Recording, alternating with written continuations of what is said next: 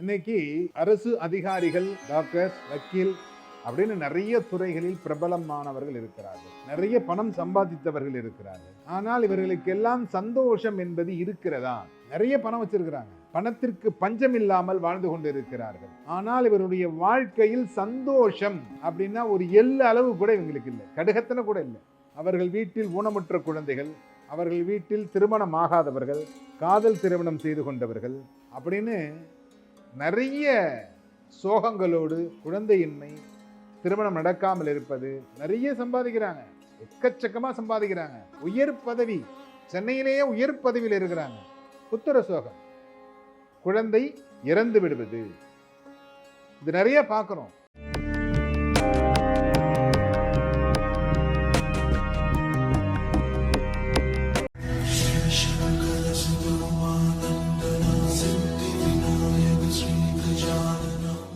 பரசுராம பரசுராம ஜமதக்னி ராமா, பரசுராம பரசுராம ரேணுகாராமா. எல்லாம் வல்ல அன்னை மூகாம்பிகனுடைய திருவருளோடு இன்றைய சிந்தனைகள். புத்திர சோகம் ஏன் வருது? ஆக்சிடென்ட், துர்மரணம். சமீபத்தில் கூட யாரோ ஒரு பிரபலத்தினுடைய மகனோ மகளோ தற்கொலை செய்து கொண்டாங்க. ஒரு வருஷம் 2 வருஷம் இருக்கும்னு நினைக்கிறேன். இதுக்கெல்லாம் காரணம் என்ன? ஏன் இது நடக்குது?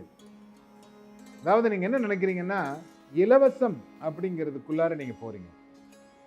இந்த இலவசம் அப்படிங்கிறது ஒரு முதியோர் இல்லத்தை உருவாக்கி அந்த முதியோர் இல்லத்தில் 10 பேரை சேர்த்து அதுல நம்ம சாப்பாடு போடணும் அப்படின்னு நினைக்கிறது உங்களுடைய எண்ணம். ஆனால் ஆதி தமிழன் முதியோர் இல்லமே இல்லாமல் இருக்க வேண்டும் என்று வாழ்ந்தான்.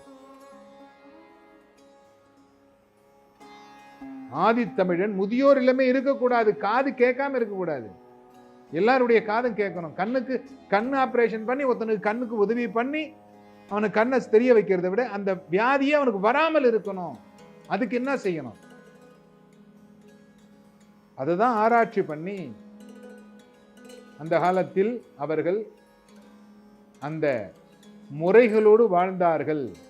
அதனால் பார்த்தீங்கன்னா லட்சத்துல ஒருத்தருக்கு தான் இந்த மாதிரியான குறைபாடுகள் இருக்கு.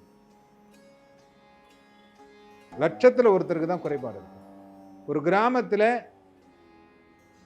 நொண்டி அப்படின்னா அந்த ஒரு வீடு தான் காமிக்க முடியும். ஏப்பா இந்த நொண்டி இருந்தாரு, ஒத்தக்கண்ணன் இருந்தானே, அவன் வீடு எங்க பாருங்க, கரெக்டா சொல்லிடுவான்.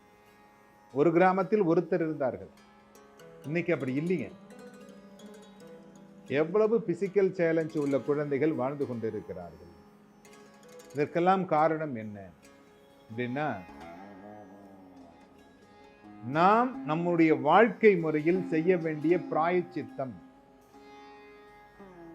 அதை யாரும் செய்யறதில்லை. இப்ப ஒரு மருந்து எடுத்துக்கிறீங்க, ஒரு 6 மாத்திரை 7 மாத்திரை கிட்டத்தட்ட ஒரு மருத்துவர் வழங்கி விடுகிறார் உங்களுக்கு. இந்த 6-7 மாத்திரை சாப்பிட்டா வயிறு புண்ணாகாம இருக்கிறதுக்கு இன்னொரு மாத்திரை கொடுப்பாரு.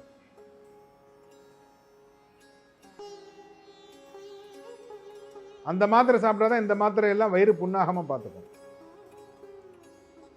அந்த மாதிரி வாழ்க்கையில் நாம் செய்கின்ற செயல்களில் நமக்கு பாதிப்பு வராமல் இருப்பதற்கு நாம் பிராயச்சித்தம் அப்படிங்கிறத செய்யணும். இந்த பிராயச்சித்தம் அப்படிங்கிறது என்ன அப்படின்னா,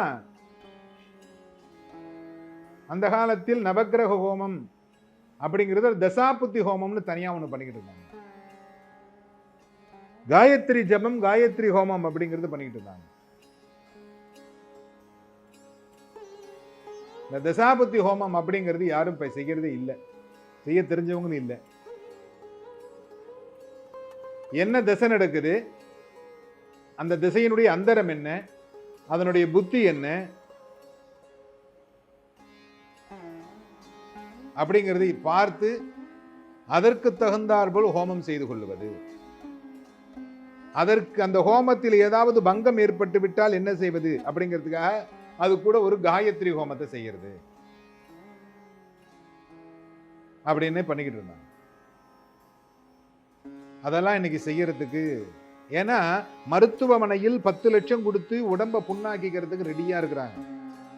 ஆக்சிடென்ட் ஆகி கைகால் உடைந்து அந்த கைகால் உடைந்த கையை சரி செய்வதற்கு மருத்துவமனையில் 10 லட்சம் 50 லட்சம் வரைக்கும் கொடுத்து உள்ளார போய் மருத்துவமனை பார்த்துக்கிறதுக்கு ரெடியா இருக்கிறாங்க. ஆனால் 50,000 ரூபாய் கொடுத்து தங்களுடைய வீட்டில் நடக்கிற பூஜைகளை சிறப்பாக செய்வதற்கு இவர்கள் தயாராக இல்லை. 2,000 ரூபாய்க்கு பூஜை பண்ண முடியுமா? 3,000 ரூபாய்க்கு பூஜை பண்ண முடியுமா? 2,000 ரூபாய்க்கு என்ன பண்ண முடியும்? ஒன்றும் பண்ண முடியாது. அனைத்து ஜாதியினரும் அர்ச்சகராகலாம். அதில் வேணா ஆள் கிடைக்கலாம். 2,000 ரூபாய் வாங்கினேன், கணபதியும் சுவாஹா தர்பயாமி, முருகன் சுவாஹா தர்பயாமி, இப்படி வேணா மந்திரம் சொல்லலாம். உண்மையாக படித்த பண்டிதர்களை வைத்து செய்ய முடியாது. ஏன் அப்படின்னா பிராயச்சித்தம் அப்படிங்கிறது மிக முக்கியமானது. இந்த பிராயச்சித்த ஹோமம் அப்படிங்கிறத யாரெல்லாம் செய்து கொள்ளுகிறார்களோ அவர்களுக்கெல்லாம் இது போன்ற பிரச்சனைகள் வராது. ஏன்னா பணம் உங்கள்கிட்ட எதுக்காக ஆண்டவன் கொடுக்குறான்? கையை எதுக்குங்க கொடுத்துருக்கிறான் ஆண்டவன்? இந்த கையை கொடுத்ததே இறைவனை தொழுவதற்காகத்தான்.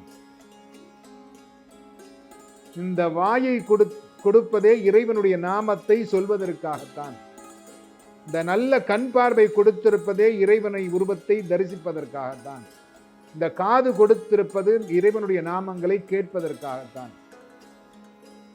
இந்த கால்கள் இறைவனை நாடி செல்வதற்காகத்தான். ஆனால் நாம் எதை செய்து கொண்டிருக்கிறோம் என்பதை பாருங்கள்.